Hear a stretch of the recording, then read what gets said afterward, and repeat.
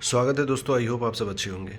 दोस्तों आज हम बात करेंगे SBI clerk mains first shift के बारे में और इसका रिव्यू के बारे में बात करेंगे। जितना मुझे पता चला है अभी तक, देखिए अभी ज़्यादा लोग से बात नहीं हुआ है, लेकिन हो सके तो आप लोग कमेंट ज़रूर करके बताएं और हो सकता है कि आप टेलीग्राम ग्रुप में हमारे आ जाएं, वहाँ पे डिस्कस हो रहे हैं।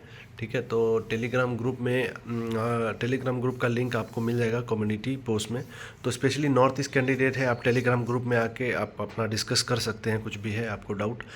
तो देखिए दोस्तों, अगर देखा जाए तो जैसे मैंने स्ट्रेटजी आपको बताया था, अगर आपने वो फॉलो किया होगा तो मेरे हिसाब से इफ़ेक्टिव होगा, क्योंकि देखा गया है कि लास्ट 3 मंथ से मैक्सिमम क्वेश्चन पूछे गए हैं।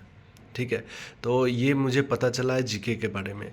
इंग्लिश के बारे में, इंग्लिश ठीक ठाक था। ठीक है, मतलब अटेम्प्ट आप पे डिपेंड करता है आप कैसे रीडिंग किए हैं। तो अगर रीडिंग अच्छा हो तो आप अटेम्प्ट कर सकते हैं, अच्छा अटेम्प्ट हो सकता है।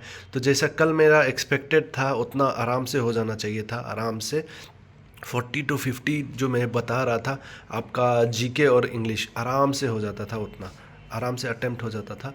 और बाकी अगर बात करें मैथ्स और रीजनिंग का, तो मैथ्स और रीजनिंग से भी 30 अटैम्प्ट आराम से 70-80 आप आराम से अटैम्प्ट कर सकते थे, 80 तक अटैम्प्ट कर सकते थे। तो जैसे कैंडिडेट का मेरा जिससे बात हुआ था, तो उसका क्या है कि उसका अटैम्प्ट ज़्यादा नहीं हुआ, 78-79 के अराउंड अटैम्प्ट हुआ है नागालैंड से।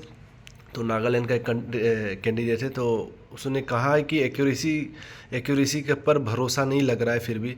तो देखिए एक्यूरेसी मैटर करता है। अगर 78 आप कर रहे हो, अगर एक्यूरेसी अच्छा है तो आपका सिलेक्शन हो गया है, समझ लीजिए नागालैंड से 78 अटैम्प्ट में सिलेक्शन है।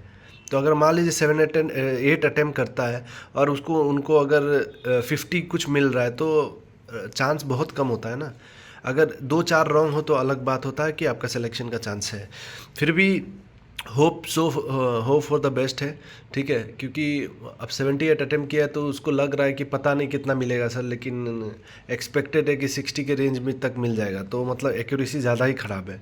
मतलब 18 रॉन्ग होना, मतलब समझ रहे हो, 18 15-16 रॉन्ग होना मतलब बहुत एक्यूरेसी ख़राब है। तो एक्यूरेसी इसलिए मैं कहता हूँ कि बहुत ज़्यादा इंपॉर्टेंट होता है आपका। अब भले ही 78 वो अटेम्प्ट करके आते ना, अगर मान लो 2-3 राउंड होता तो वो 100% सिलेक्शन है।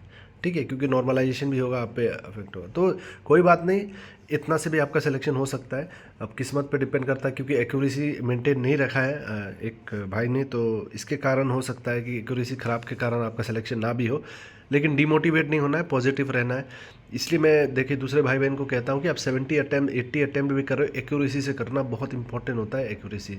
तो अभी ओवरऑल पेपर का लेवल देखा जाए तो मॉडरेट डिफ़िकल्ट के बीच में था। अभी तक पूरा डिफ़िकल्ट अभी शाम तक पता चलेगा क्या सिचुएशन था, लेकिन मॉडरेट टू डिफ़िकल्ट मतलब डिफ़िकल्ट में ही आता है पेपर। ठीक है, अब यूट्यूब पर आप जाकर देखेंगे तो बहुत लोग कहेंगे अपने हिसाब से इजी था पेपर, ये था वो था। ठीक है, क्योंकि पेपर एनालिसिस जो रिव्यू देते हैं, ठीक है, उसमें क्या रहता है, क्वेश्चंस जो पूछा जाता है एग्ज़ाम में वो इनडायरेक्ट रहता है, इतना इजी वे में नहीं रहता। लेकिन लोग लिख देते हैं कि डायरेक्टली ये क्वेश्चन पूछा गया था, ये टॉपिक से ये वो, लेकिन वहाँ घुमा के क्वेश्चंस रहता है। तो शाम तक देखते हैं क्या होता है, फिर कट ऑफ पे हम बात करते हैं। और कोई डाउट हो तो आप कमेंट करके बता सकते हो, और आपका अटेम्प्ट कितना हुआ है, अगर आज एग्ज़ाम दिए हैं तो ज़रूर बताएं, और हो सकता है तो टेलीग्राम ग्रुप ज्वाइन कर ले। तो चलिए फिर मिलते हैं नेक्स्ट वीडियो में।